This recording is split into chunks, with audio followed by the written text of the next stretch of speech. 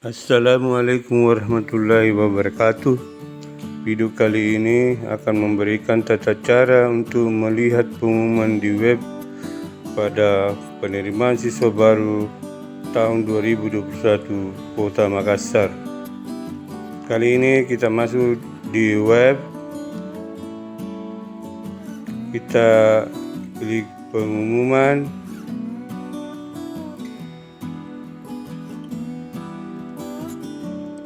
terus kita ketik sekolah yang akan dilihat hasil pengumuman kelulusan bagi siswa-siswa yang ada. Lalu kita klik lihat peringkat, ranking, maka nampaklah hasil seleksi PPDB 2021 untuk tingkat Kota Makassar. Kita cek nama-nama yang ada.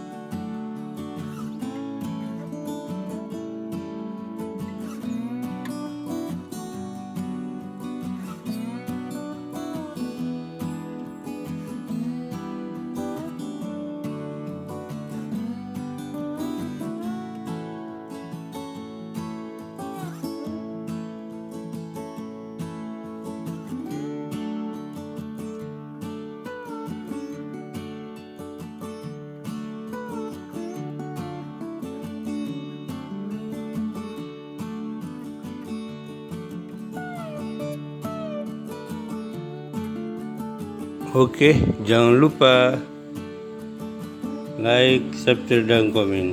Selamat bagi yang diterima di sekolah tujuan. Terima kasih.